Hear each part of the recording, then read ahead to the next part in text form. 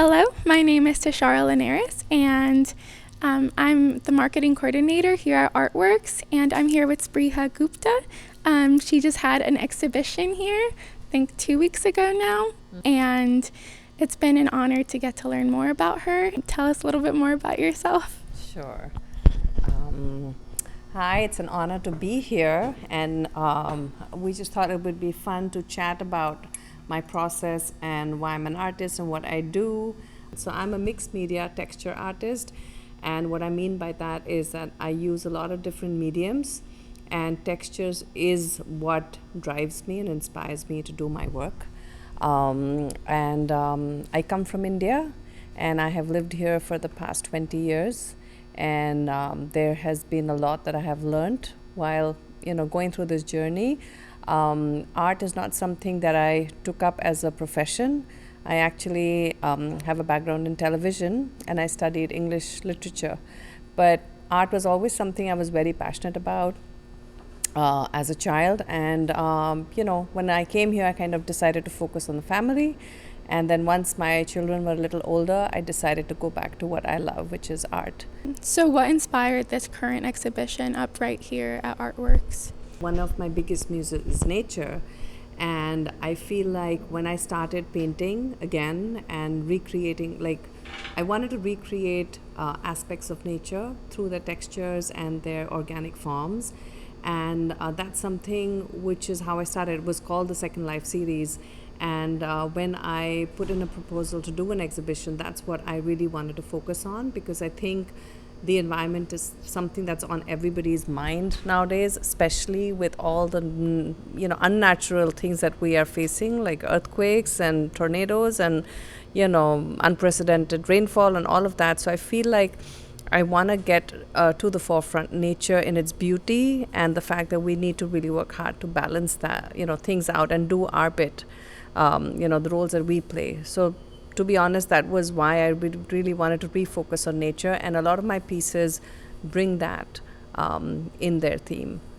I love how you bring that aspect, and you can really see it in all your textures and how much you really observe everything that we see outside, and even like the feeling of it, because I feel like when you look at your pieces, I want to touch it so bad, even though I can't. I want to touch it, and I want to be where the canvas, the location and the picture, or the beach, or the forest, I want to be in that place when I'm looking at your artwork.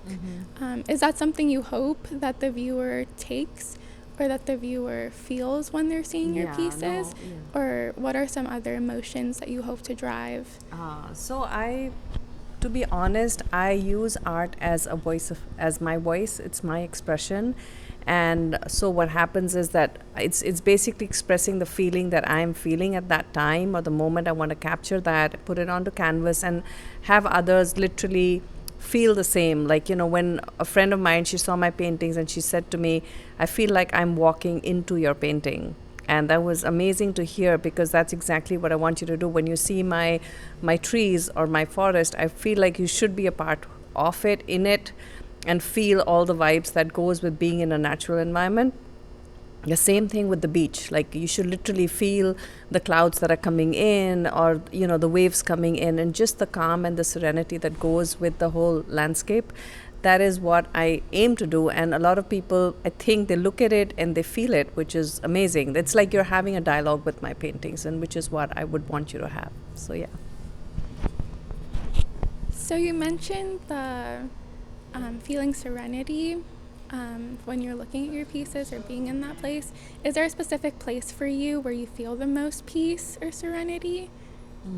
It's both. It's both. In the forest, in the among the sort of the hills, the mountains, the meadows. I'm very happy when I see flowers, and also the ocean. Just like the water washing my feet, or just standing in there, you're just still. And it's scary too, because it's infinite. You see the water, you don't see where it ends. So it's kind of scary, yet it's so powerful. Yet it's so serene. So it's like a combination of so many emotions that come in at one time. So I feel, that is my, should I say, my haven to be in. So I want to be one with nature in its different forms. I love that though, because I love the ocean so much. There's something so pure and cleansing about seeing the ocean, or just realizing like how small you are compared to that space that just like humbles you and brings you to a different perspective. No, but that's true, because I'll tell you, I saw this painting. I was watching somebody's interview, and I watched this, that she had this huge world map, right? And there was a speck, which was just a black dot. And she pointed to that and she said, "That's me." So it just, when you feel overwhelmed and frustrated and upset and all of that, you just have to remind yourself that you're that little speck, and there's so much happening all around, that your problems seem to be the least, like, they're important and essential. I'm not going to take that away, but you just have to realize, in the whole realm of things and what's happening in the world, we're just like the tiny speck, and we need to learn to cope and like move on and just try and see the positive. So hopefully art helps there, because it heals and it calms, right? Yes. So when you're making, like, the artistic process, is that a part of it? Like, before creating something, do you have to get to that place where you feel that peace no, and absolutely. A lot of times it's not like I can just walk into my studio. So I have my art studio at Princeton Makes, which is an artist co-op in Princeton. It's an amazing place, and I'm so lucky to be a part of it. So when I walk into my studio, I need at least 10-15 minutes to just like switch off, get into the mode, and then start setting up what I want to work on. And sometimes I might be like in a very frazzled state, like I'm upset about something or something's bothering me, and so I would pick up a piece depending on what mood I'm in. So water really calms me down when I start painting the blues, and just like slowly, like, just working with the layers. I think it really helps. So by the time I've finished the piece, or at least I'm halfway through, or just done the background, I am a much happier person. So it just depends. It's on the day, but it truly takes me to another space. And I think I love to use textures, as I said, right, and layer. So layering is a huge part of my process. So it's not just I put paint and that's it. Because it has a three-dimensionality to it. I'm using, like, I'm tearing, I'm gluing, I'm, using various materials. So my studio is a complete mess, because I have everything around me on the floor, and I'm like, I want to use this and I want to use that. So there's wood bark, and there's like leaves, and there's flowers, and sometimes there's just paper, and there's just different textures all around. And I'm like, at that point, I'm just thinking about what I want to use. So it's a lot of fun, and because they're layers, sometimes I have to work on 2-3 pieces together. I would just lay them out, and I'd be like, okay, well, this is drying, I'll pick up another piece and I'll work on another, set of things, and then I'll let that dry. So it just depends on where I'm at and what I want to do. So do you ever paint like, because it seems like whenever you paint, you try to get to peace. You know what I mean? You try to like calm yourself down. Is there ever a time where you express anger or express other emotions? Yeah. No, it's not always to come to a peaceful space. Sometimes I'm happy and it's just going with the flow. But yeah, there was a time I remember I did one piece which I was really mad, and this time I used to work from my basement. That's where my studio was at home. And I used, like, you don't realize it, but when you look at it later at a different time, you realize I used really dark colors. And so there's a story about this painting that you see right here behind you. This is actually on a silk scarf. It's a scarf that is a print of my painting, and this is called The City. And I remember that when it was just like a blank canvas, and I was really angry, and I painted like lots of browns and blacks, and I just left it. And then I came back maybe a week later, and I looked at it and I'm like, oh my God, like, where was I? What happened with this piece? And I completely transformed it into this, which was the same piece. So the good thing about acrylics is that it's really forgiving. It lets you paint over. So even though I had made a lot of marks, and I had, like, literally splattered it with different colors, I was able to use that to my advantage, and it was like an underlayer to the painting that finally emerged, which is a much happier and brighter piece, and I love it.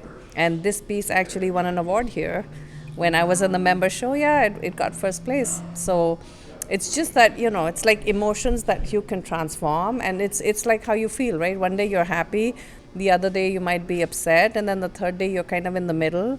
So that's what happens when you're painting. Like, it's like you're going through your range of emotions, and Sometimes you're able to change it. Most of the times you can, because you're kind of expressing it through your art. You're taking it out into your art, and usually what comes out is always very positive.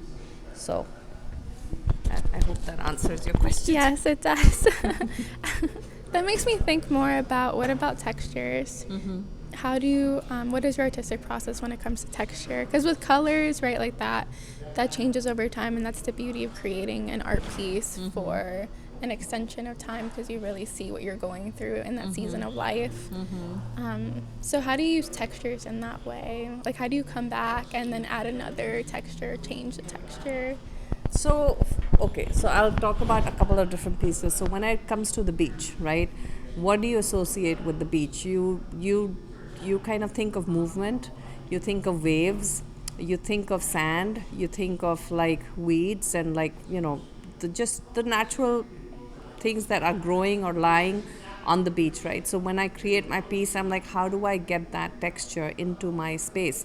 So sometimes I would use actual sand and kind of paint that in. I would use colors and shades that remind me of the beach, because I don't have a picture. I don't take pictures and then paint from that. It's all in my head, which can get really exhausting because I'm like, okay, what was it like, blah blah blah. So and then it's like the sound of the waves coming, like, the waves are, so some of them have rocks in them, and those rocks I would create with paper to give the textures of the paper. It's not just a flat rock that I painted, it's textural, so you can literally feel it.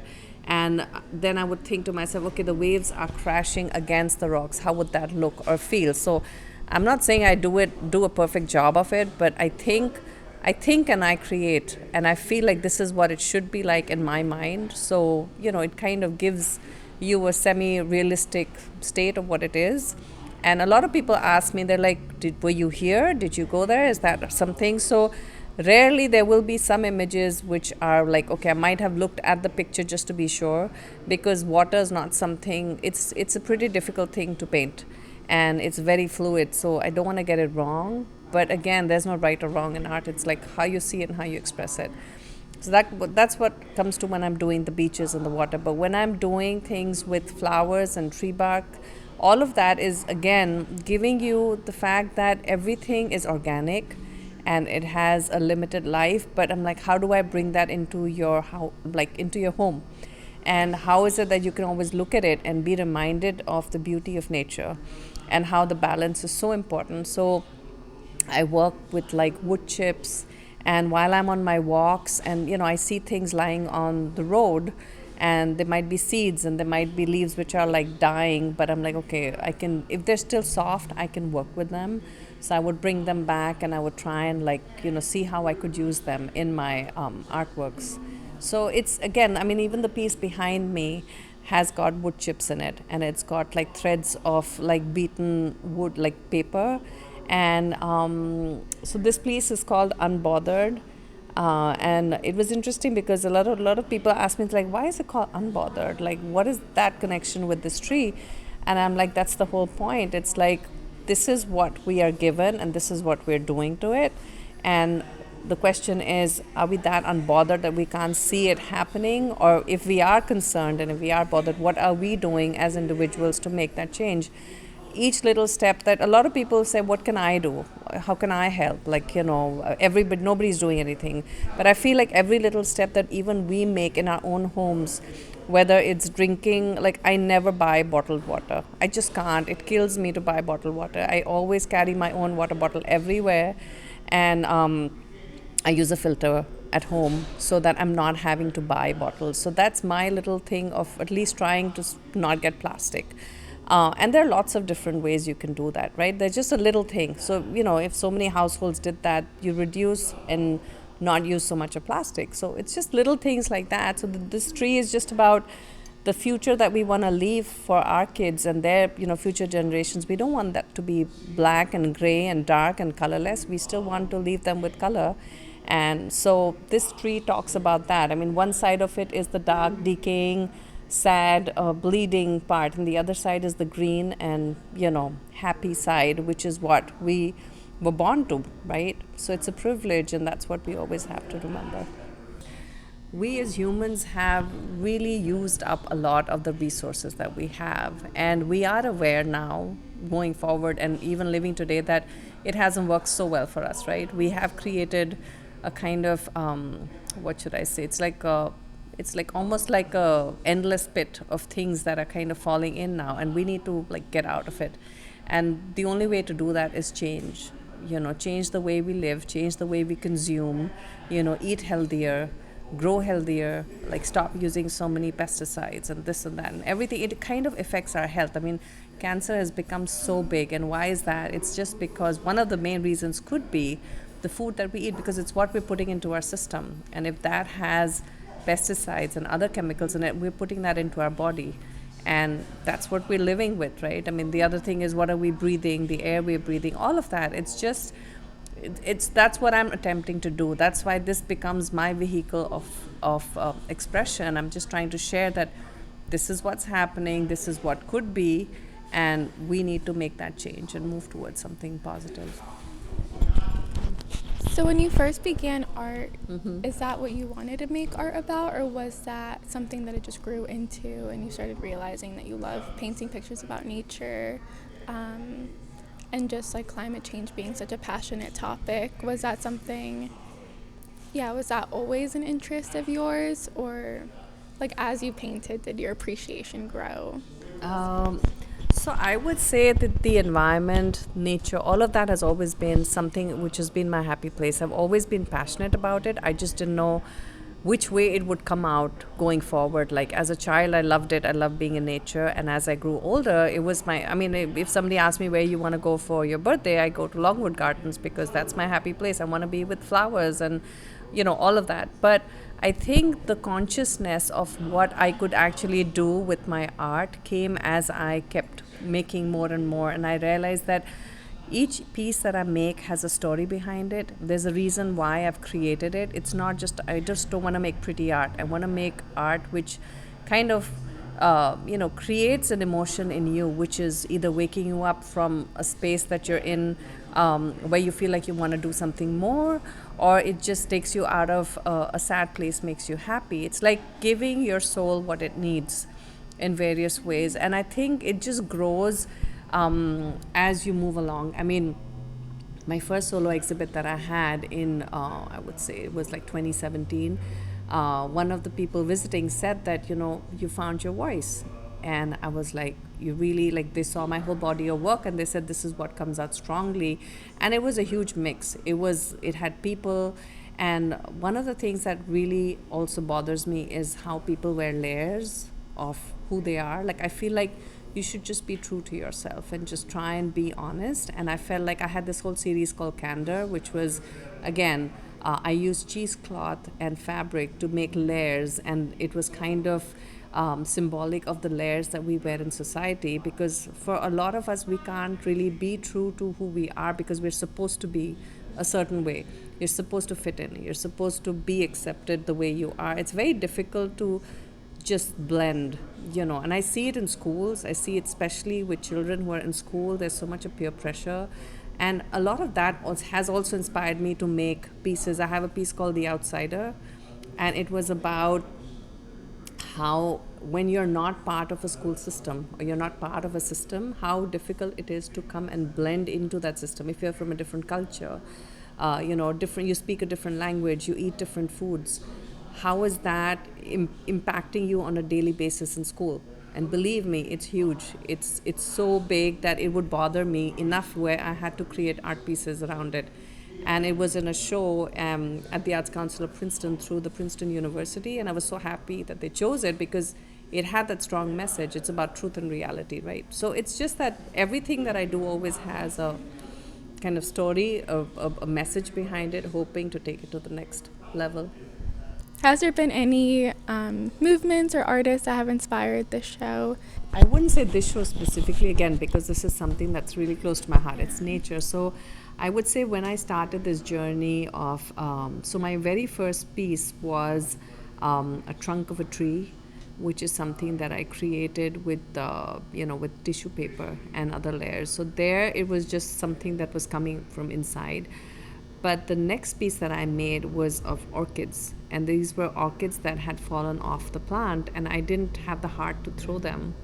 And I was like, can I reuse this in some which way? And that's when my series called Allure was born, and I made a couple of paintings. And I feel like when I started playing around with that, I looked at work by Georgia O'Keeffe, whose work I love. Like, just the fact that she zooms into like the flowers, and there are aspects that you would never look at otherwise, you know. So I think that part is where she inspired me, and I kind of started looking at nature in a, you know, in a different way. And I would say I love Monet, I love Cézanne, I love the movement that Cézanne brings to his pieces. So I attempt to try and at least try and bring that kind of movement in my work, you know, inspired by his colors and his, you know, themes and all of his landscapes. I love that. Yeah.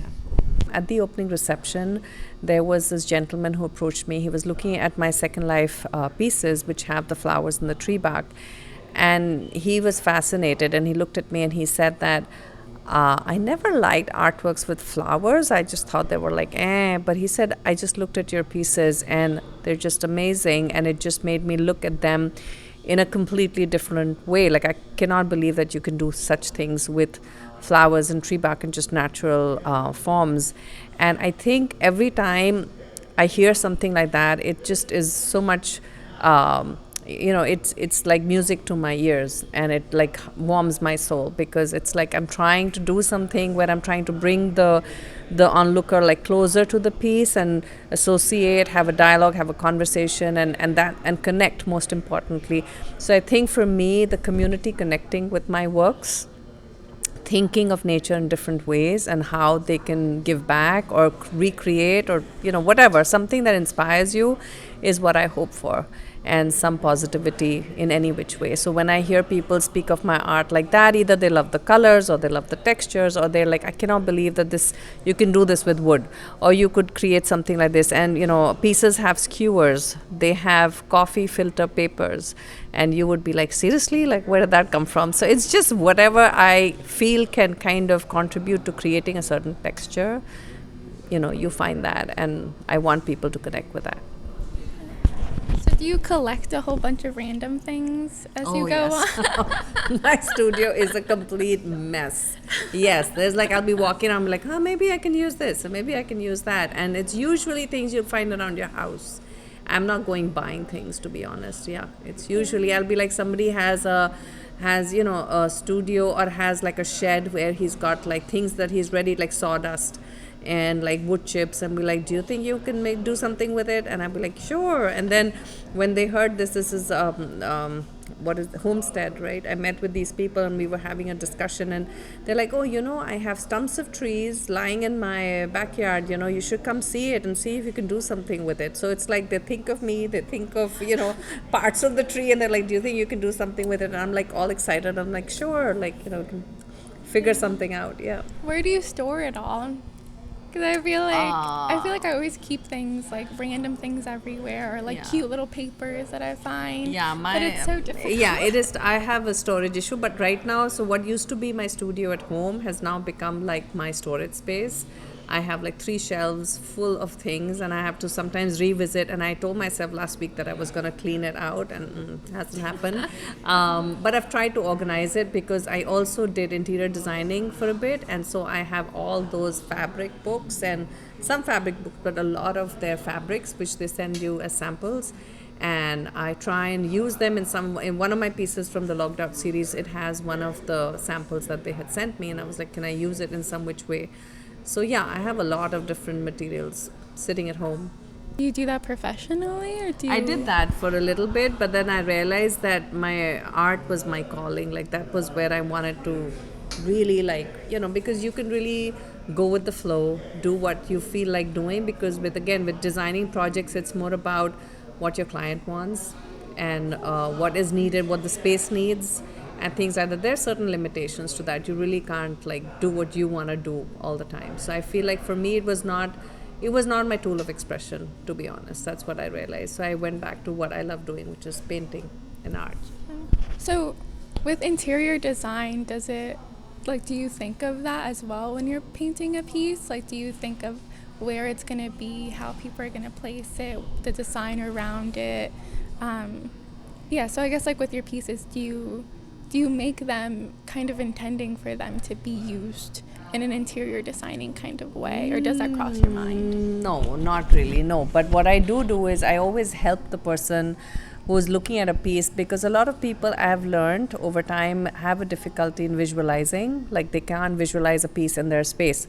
That is something I can help them with. Like I can see a space and I can tell them this piece will work, this piece will not work. You need to have this on a wider wall, or a thinner wall. It should be hung like this, or this space doesn't work. Like it's all, I think it kind of ties into what colors work in a space, what metals work, and how you can make a piece work in your space. So if somebody came to me and said, oh, I have all these blank walls and I don't know where to start, that's where my interior designing skills come in, and I can help you with saying, if you have everything gray, I'm like, bring in a rug, bring in pillows, which will add the color, use drapes, just little things which will be accents, and then you can pick colors from your painting and have them in your space, and they're like, oh yeah, I never thought of that. So it's just those things that come in. And also the fact that I worked in television for many years, that also kind of builds on your eye for detail, for color, for sound, for everything. Like it kind of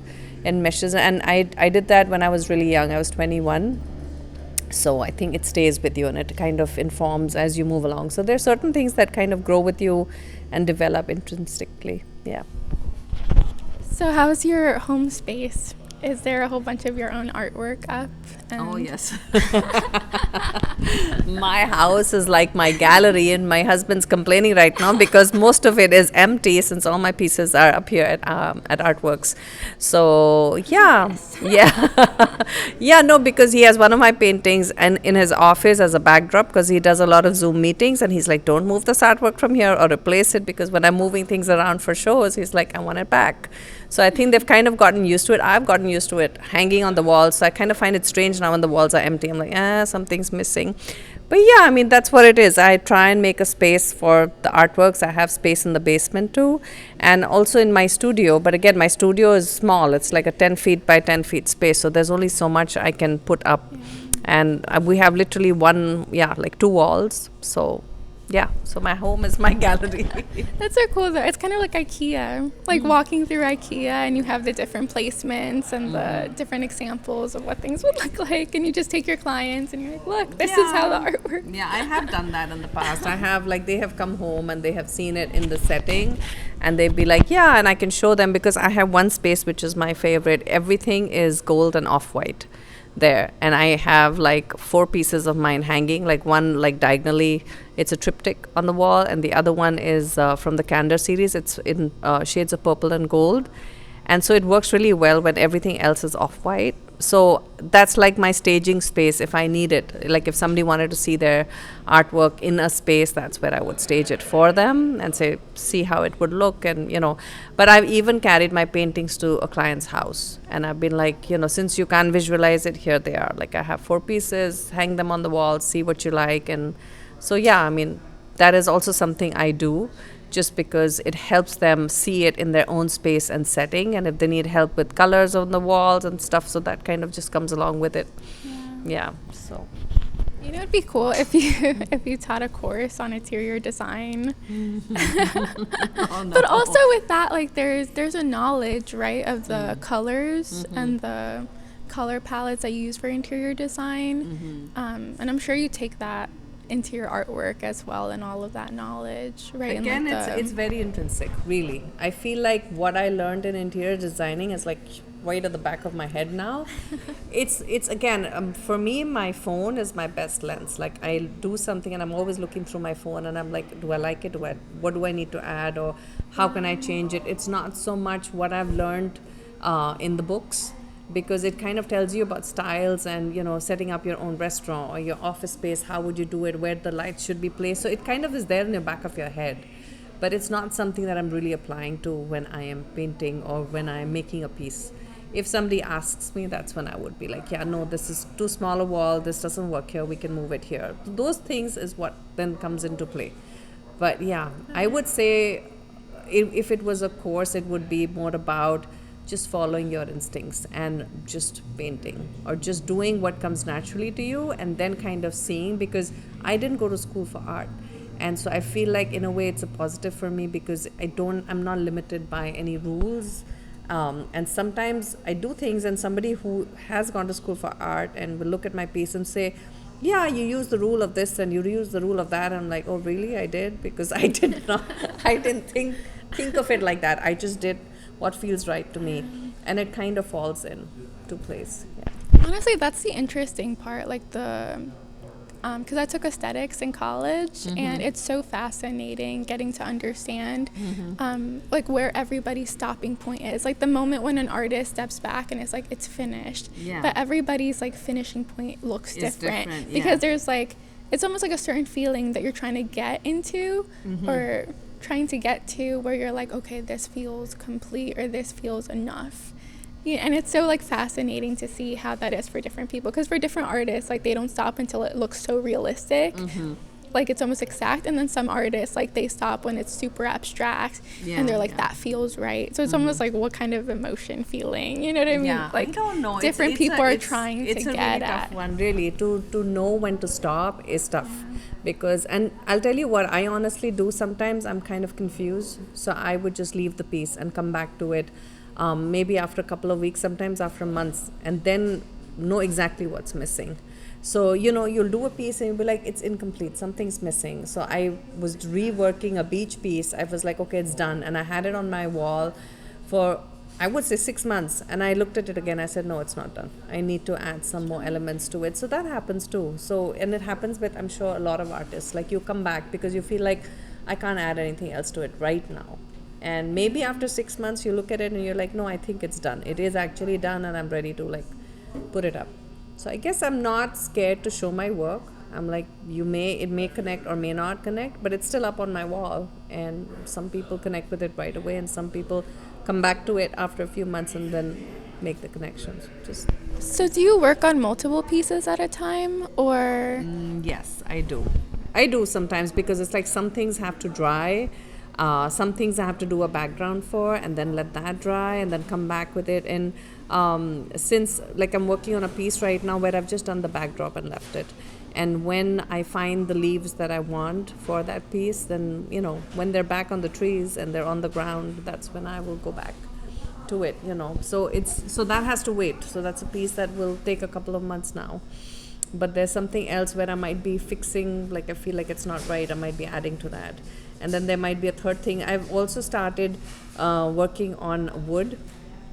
So I've started doing like, I do coasters and charcuterie boards and things like that. So when I'm working on that needs a different kind of paint and different kind of skill. So then I'll put my, canvases aside, I'll start working on that.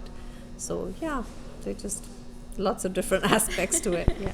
Gotcha. It's never ending, honestly, like the ideas. Because I'm the same way. The ideas in my head are never ending. And sometimes it's almost like hard because I have this one big piece that I'm working on, but it feels like it takes forever, you know what I mean? And I just like, I'm already developing new ideas inside my head, and it's like already running and running. Well, that's why you have to have the opportunity, say, okay, this is happening, let's move to the next one and the next one. And you start it a little bit so that you don't forget it. That's the other thing. Or you might miss the opportunity, because I think with photography, it's also the time. Like you might want to do something which is fall specific or which is spring specific, right? And then you're like, oh, if I don't do it now, I'm going to miss the chance till like next year. So I guess you also have to work on projects simultaneously, right?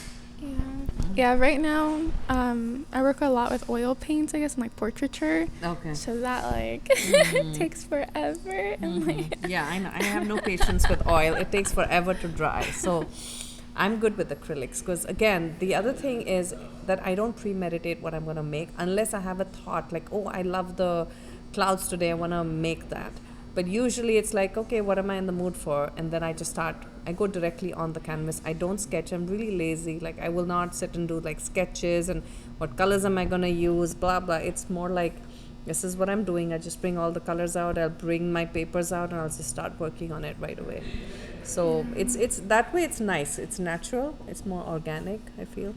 Yeah, and everyone has their own process. Like sometimes sketching is, like sometimes it works and sometimes like it defeats the purpose, I guess, of Yeah, I mean, a lot of people, painting. it's a good thing. I remember my art teacher telling me you must sketch every day because it helps with the fluidity of drawing. And I suck at drawing, so I obviously didn't follow his rules. I did it. I used to enjoy doing it. I would be like really detailed, like I would make the leaf and the flower and go right into it. And I used to love that in school. Like bio projects, we would have like draw this insect and draw the ant, and I would love going into like the little skinny details of everything.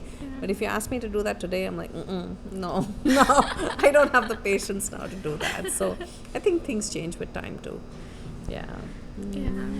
So has your style changed? Yes, over the years a definitely. lot? Yeah, it has changed a lot. I mean, I started with the Second Life series, and I have kind of branched out into a lot of things. There's some abstract pieces, there is something which is very stark, there's something which is dark, there's something which is really positive and happy. Like, there are all kinds of pieces, and I feel more than me realizing that my style has changed, a lot of people who've been following my work for so many years, they would tell me that you have evolved as an artist, you have changed, you have grown, there are other aspects, and they still think I'm going to keep evolving, and that's what art's all about. You keep growing, and I like to take classes when I can. I like to learn new skills and kind of add that to my works when I can. So it's not something that, this is it and I'm done. I like to learn because, as I said, I haven't gone to school for art. So there are lots of other aspects, and because I like mixed media, and I think it's fun. Again, when you do classes, it's fun because you meet a whole new community of other artists who are either artists already or they want, they're starting their process. And there's so much that we learn from each other. I feel it's a good space. Is there anyone in your life that has been someone to tell you to keep going, or because we talked about you said Georgia O'Keeffe really inspires you. Is there anyone close to you that has at least encouraged you? My family has encouraged me a lot. My husband has, they've always encouraged me, pushed me.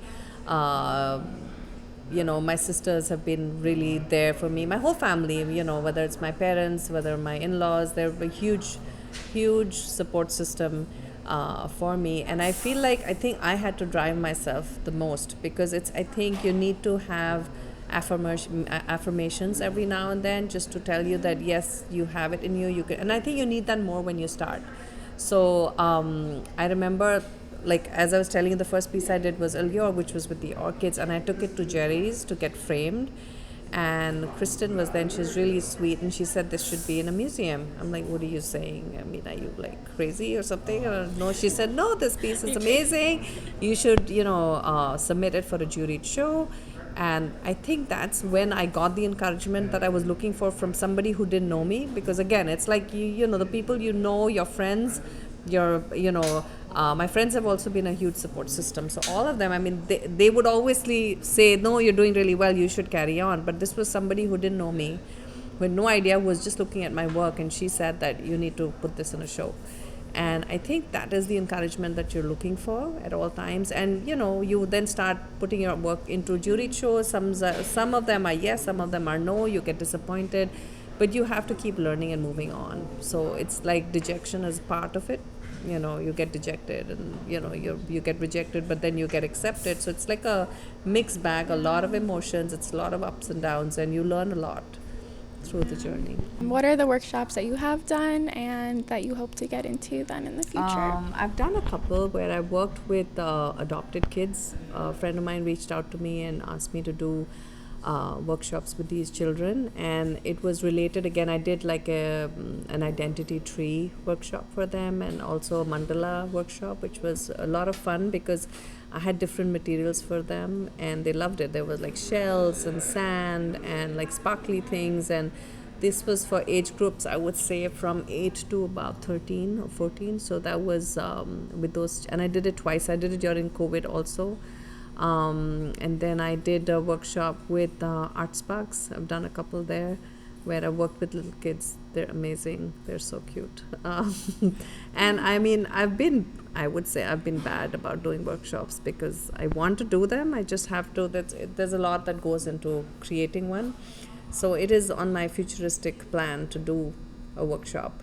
with more like different age groups. And one of the things on my list is to work with the visually impaired, because my art is so tactile. I want to work with them and see, how. And I have gone up to the one in Bucks County, like in Pennsylvania. I've shown them, like, they've literally felt my pieces, been very excited about doing something. And so I'm in talks with them to do a workshop with them. So, yeah. I feel like, would you ever come back here and do a workshop at Artworks? Of course, absolutely. I will. I mean, I would want to do, maybe I will do a little demonstration or something when I have my artist talk, just to kind of give them a feel of what they can expect, or what is it that I do with different things. And then, I hope to do that, yeah. Mm-hmm. So what's been your favorite class to teach, if you have one? Just all of them. I think the identity tree one was really fun, because I actually cut out different things from old magazines, and I gathered a lot of different materials, and it was interesting to see how they incorporated things into their little tree, just to see, what they connected with, and how everybody's tree was very different. I mean, there was this child who just painted half the tree and just left it, and I'm like, are you not going to do anything? He's like, I'm done. This is it. There's nothing else to it. I was like, okay. So again, I'm learning from the child, because I was like, okay, here we are. We were like embellishing the tree, and we were like, no, it has to look like perfect. And, that's us, because we're the age we are at. But kids are so like innocent and simple. They're like, this is it. This is me. And I stop here. So I feel like it's a two-way process. You learn so much from them.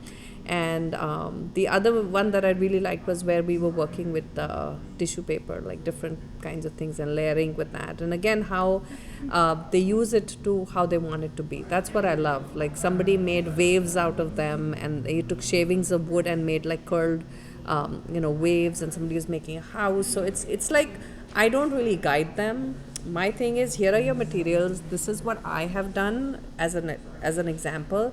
This is what you can do. And then I just let them go crazy. Like, just do what you want to. And it's amazing, because each piece that they do is so different, and different inspiration. So it's a lot of fun to see what comes out. So give me 5 points that would be in your identity tree. Nature, sea, food.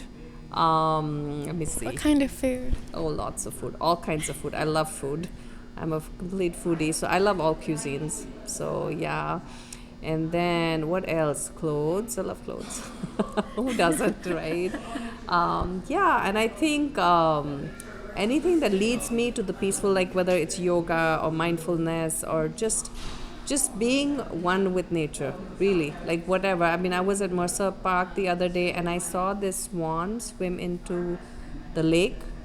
And I cannot tell you, it was the most gorgeous thing I had seen. It was out of the blue, really. I mean, I was walking away, and the swan comes in and starts swimming, and it was just gorgeous. Like, I was so happy. I was happy for the rest of the day, and it carried me on to the next couple of days, because it's just that, the funny thing I heard on a reel was that you're at peace when you forget yourself. Because your ego, you have to forget your ego and separate that from who you are. Like, just have to be. And I think that was so important for me to hear, because it's like, you can only be at peace when you stop thinking, I need to do this, I want to be here, I have to do this. The list just goes on, of how many things we have to do. But when you can switch off literally and just say, I just need to be. And I think that's what nature gives you. It gives you the opportunity to just be. And it's up to us whether we want to use that in a positive way and just be, or we constantly, cheering in our brains, no. Yeah, so I think it's like, just stop still and just be, and be meditative. I think that's what. Yeah, I think another aspect to that is also, I love just the humbleness that it brings, like when you're serving, or when you're helping out, like for a bigger cause.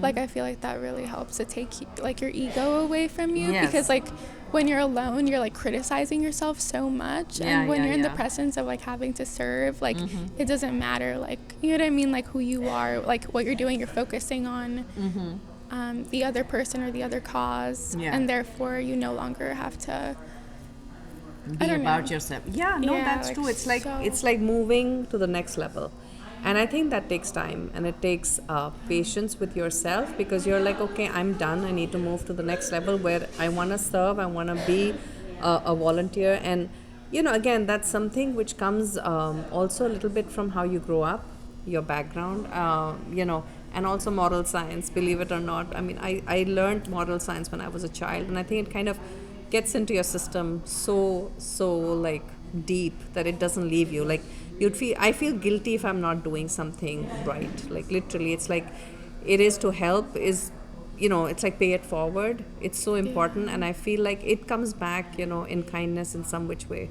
So yeah, I mean, all these qualities I think are really important, and either it's expressed in art or in the actions that you do, whether you're helping somebody get happier through your workshops or anything for that matter, just having conversation like right now. But would you make a piece about the swan? I might if I can capture it, but that is not a moment I have to put onto a canvas. It was just with me, and my daughter was with me, and I think both of us were on the same page that day. We just sat there and we were mesmerized, to be honest. So that's a different feeling. Like I don't have to get that onto canvas. It was just something that I experienced with the swan, and I just like to leave it at that. And I'm sure there'll be moments a lot of people have with, whether it's an animal, whether it's a time or space that they were in a certain space, that they just leave it like that. It's magical. It's interesting, those little moments. It's even like when a deer pops out of nowhere and you're driving. Like I feel like those moments, like it's shocking because it's scary because you don't want anything to happen, but it's also like mesmerizing because you're wow. It is. What just happened? It's like a butterfly came on this car. I was traveling with a friend on the interstate. How does a butterfly come in the middle of interstate on your car? I'm like, what does that mean? And she was like, it's a sign for new beginnings. And there were so many positive aspects to that little thing that happened. So I'm like, it's miraculous how nature kind of finds itself into our lives. And again, it's for us to be open to it, to see it, to notice it, and to absorb the positivity that comes from it, to be honest.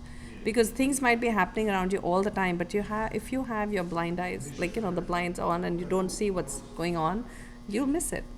So it's just that I think, again, bringing my art in, I feel like all I'm asking you to do is look at it with all your 5 senses. Like feel it, see, connect with it. What emotion does it, bring in you?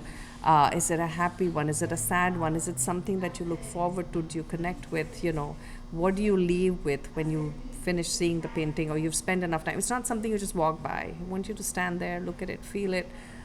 So yeah, that's what I hope that people would take back from the exhibition that's here. Is there anything from your childhood that you try to capture? Because being from India, I'm sure that there's so much more. Is there much more open spaces over there than the U.S., would you say? Or no, I wouldn't say that. There is a lot more color, and there's a lot more noise. That's the one thing that I miss here sometimes. It's too quiet. I mean, in our house, like the doorbell doesn't stop ringing the whole day. So after a point, I'm like, I can't deal with this anymore. And here it's like the doorbell doesn't ring. It's like it's rung and you're like, who's come to the house? So it's like the other extreme here, right? So when I come back, I go to India every year. And when I come back, the first thing that hits me is how quiet it is. And I've become so used to the quiet that when I go back, I'm like, oh my God, it's so noisy. But I think a balance always helps. A little bit of this and a little bit of that is nice. So I think I just miss the openness. Like you can just talk to whoever, just, I guess you have to create that group to be able to do that, where you just land up. Now in India also doesn't happen. You have to make an appointment to go anywhere. Earlier it was like you just ring the doorbell, hey, I'm here, let's go for a walk, let's do this. And so I think that close proximity is something that happens when you create that group for it to happen. But there's a lot of color. There's a lot of color that I bring back from India in my pieces. You don't even ring the doorbell anymore. You just text people and tell them I'm outside. That is the worst thing. I mean, it gets to me. I'm like, you guys will be standing next to each other and you'll be texting each other, which is ridiculous. I'm like, You need to talk. I have tried to teach that to my children, because I'm like, if she's there, just like wave and say hello. Don't text the person saying, hey, I saw you, you were walking down. I'm like, just go up and speak to the human. So I think that's the other thing, like because of peer pressure, because of how you're supposed to look, how you're supposed to act, all of that is what bothers me. Again, that comes out in my paintings somewhere, because I'm like, just be you. Just go ahead and kind of try and talk to them, speak your mind, and you know, don't keep it all in, because I feel there's so much you have to share, and it makes you happier and lighter, right? The more you take out of your system, the happier you feel, because you've already shared so much. So I think communication is something which has really changed over the years. Yeah. Yeah, maybe you have to make a whole series on communication. Oh, we'll see about that. Like for now, I think I'm good. But yeah. But is there any elements of India? Because you said you go there every year. Is there something that you come back or take from that experience over there that you put into your canvas? Sometimes I do, not always, but sometimes. I mean, there'll be maybe a gesture that somebody made which made me feel a certain emotion. I might bring that back with me and try and recreate that. There might be, there are certain things that I do bring back from India, certain papers, certain, organic forms that I do use in my paintings. And also one of the series that I do, which is the Tree of Life, that is inspired by a folk art in India, which is called Gond art. And I give it my own twist, and I kind of work with that, because that art form worships nature and celebrates nature in all its forms. So I try and bring that in. So there are certain elements that you'll find in my work which are very Indian, and the others are, but it's very universal. It's not something that you look at my art and say, oh, she's Indian. There's nothing that'll tell you unless you're looking at something specific, because it's kind of pretty close to the art form in Australia. So it just depends on, where you're coming from, what you're looking at. Yeah. Piece that is the mainstay of the show, which is called The Secret Garden. That is something which is from my childhood, which is again a little place of my imagination, which was like this garden with beautiful roses and secret doorways and little places where one could hide or just play and just be yourself as a child. I think the thing that I miss the most is the innocence and the outspokenness that you have as a child, because you are not at that time, I would say, tainted by society and what society expects of you, because you can truly be yourself without anybody questioning, because you're like, oh, she's a child, like don't take her seriously. But the moment that child grows into a teenager then it's like, oh, you're not supposed to say this, or you're not supposed to do that. So I think that piece kind of takes you back into your childhood where you could just be, without anybody. So it's your little secret space. So in creating, has there been like a moment where you've gotten scared to show people your work, or at least in the beginning process? Is there a moment when you were scared to show it or scared to get into the field because you didn't know how people would react? So to be honest, I'll tell you, the first show that I ever did was at a school. And at that point, I had very few art pieces, literally like maybe 5 or 6. That's it. And I made a lot of cards, like small, like 5x7 cards, and I did bookmarks. Yeah. And I was like, I don't know how people are gonna react to my art. Will they like it? Will they connect to it? I don't know. So it was very interesting to see that at that show, I sold all my cards, all my bookmarks, and I sold a couple of paintings, and I was amazed because I didn't know what to expect. And I think that was a huge encouragement for me, and it told me that I was moving in the right direction. So I think sometimes when you're just starting out, it helps to have moments like this, because it just encourages you to move to the next step. Or you have to have a lot of belief in yourself and be strong about it, that even if you didn't sell a piece and you still feel that you're convinced that yes, you're moving in the right direction, you keep at it and you keep going. So it's kind of a different journey for everybody. But in my case, it was very positive, because I remember there was a student who came from college, and she liked one of my pieces, and she had only, I think the piece was for $60, and she had $50, and she said, oh, it's too much. she said, I'm going to walk around and I'll come back. And then she took a round of the whole space. She came back again to my stall and she was like, I really want this piece. And I said, you know what, just take it. I gave it to her for her $50 because I know she was a college kid. I was like, that's really a lot of money for you and it's okay for me to let it go. So she was so happy and she took it and she went back home. So I was like, for me, it's more important that you get what you want and that you're really happy, that a part of me is going home with you. So I'm just saying it's the thought and the emotion behind it more so. It's not, I'm not in it to like make a business of it and make money out of it. It's more about what goes into it. There's thought and and I feel sometimes I undervalue what I'm doing because a lot of people will come to me and they'll say that, you know, your pieces are too low, like they need to be higher and you need to have a higher price to it. And I'm like, that's not why I'm doing this. It's more because of what I want to do with it. So yeah, I mean, you know, it's more about the emotions that go into the paintings. Yeah, not the business. So what kind of advice would you give to new artists that are listening in on that wanna put their art out there but are scared to or don't really know where to begin? What would you say to that?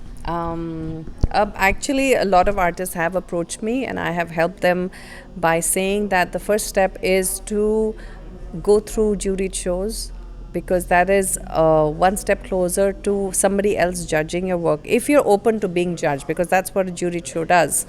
And there is no other way to get into shows unless, because somebody has to see your work to see whether it fits in, if it's the style they're looking for. So I would say that is those, you know, you take baby steps. It takes a long time to get to a certain place where you're known and your name is recognized by people and all of that. It's a long journey and you have to stay consistent. You have to keep painting, or whatever your form of art is, you have to keep at it. So you have to be patient, you have to be consistent, and you have to give it your all and be proud of what you do, because you have to have that belief in yourself. That is the most important thing, that and why you're doing what you're doing. I think if you forget why, and it happens with me too, sometimes I'll forget why I'm doing what I'm doing and I'll sit back and I'm like, okay, why am I stressing out? Why am I putting all this pressure on myself?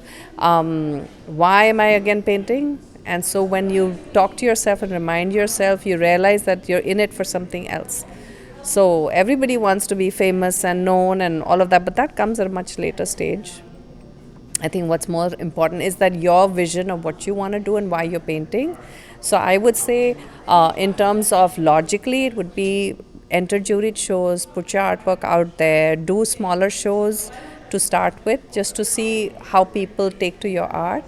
And then, you know, from there, then it's like you kind of keep moving forward in the journey. Yeah, that's what I always tell everybody, that don't be scared to show your art. Even I was, literally.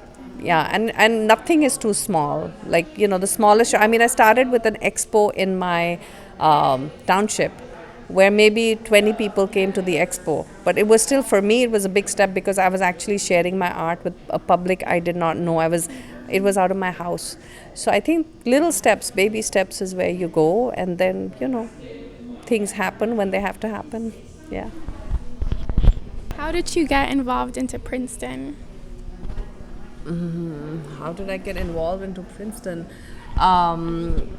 Well, I have taken classes at the Arts Council of Princeton to start with. And then when I did, I kind of became a part of the class. Like I said, I met a really nice community of people. And I got the opportunity to actually have my studio in Princeton about 2 years ago. And I think that was when I became more openly involved with the community, because it is a community. It's more about community really than your own individual space. We're about 40 artists at Princeton Makes, and I think everybody kind of brings their own style into the place. But I think the underlying key to that place is community. Like I did this wall project where we had kids come in and do like tiles. And we put that up in Princeton Makes so that they can come in and always take a look at it. So we had collaborated with Color Me Mine. And so I'm always looking to do projects like that where we can get the community involved and kind of have their work so they feel like really happy and part of things. So that's how I think being part of Princeton Makes. And now I'm kind of, kind of trying to work with Experience Princeton, which is another nonprofit that is really trying to put a lot of effort into making Princeton more community based and having people from all walks of life kind of get into that space. It's really nice. I mean, there's so much that what I love about Princeton is that everybody wants to do something for the community, and they are bringing people in from all walks of life, and they're open to suggestions, they're open to incorporating art into Princeton in a public way, which is amazing. So I think all of that makes me really happy. When you're open to people from all over and all specs of life, I think that's the key to having a diverse and amazing community. So yeah. So are there, well, first, is your studio at Princeton? Yeah, my studio is at Princeton. The space is called Princeton Makes. It's an artist co-op, and it is at the Princeton Shopping Center by McCaffrey's. And I'm usually there on Thursdays from 10 to 2. So if you want to find me at my studio, I will be there. I have my website. You can always reach out to me through that. Before we go, is there any more future projects or any future plans that you didn't bring up that you would like to share? Well, I'm hoping, like I said, I hope to do more workshops. That's in the pipeline. And also, I'm going to have my art on fabric right behind you. That's an art scarf. So there will be wearable art. I already have some in my studio, so I'm really excited about that. And I'm hoping to do more things in the community, more art projects. So yeah, as they come along, I'm a little lazy about posting it on my website, but Instagram is the best way to see what's going on in my life and my artworks, because it's easier to just put in. Yeah. Awesome. Well, it was so nice to sit here and have a chat with you, Spriha. Thank you for coming in. And yeah, it's been an honor to see your work and to get to learn more about it. And yeah, I can't wait for what's next. And yeah, and I would love to buy a scarf. Oh, that's awesome. No, Whenever you do come out with more designs, I absolutely. would love to have one. Oh yeah, thank you so much. Yeah, no, I intended to wear that one to the show, but today it's your backdrop, so that's fine. No, I'm honored to be here. I'm so happy. I love the way my work looks at Artworks. I think the wall looks lovely, just because I've been telling people that I've always seen my pieces in different fragments, because it's like something in some show and some show. This is, after a long time, I have all my pieces, most of my pieces, on 2 walls or 3 walls, and I can see how they look in series, and that gives me a really happy feeling. So I'm really happy to be here, seriously. Well, thank you. We're happy to have you. Oh, thank you so much. Of course. Thank you.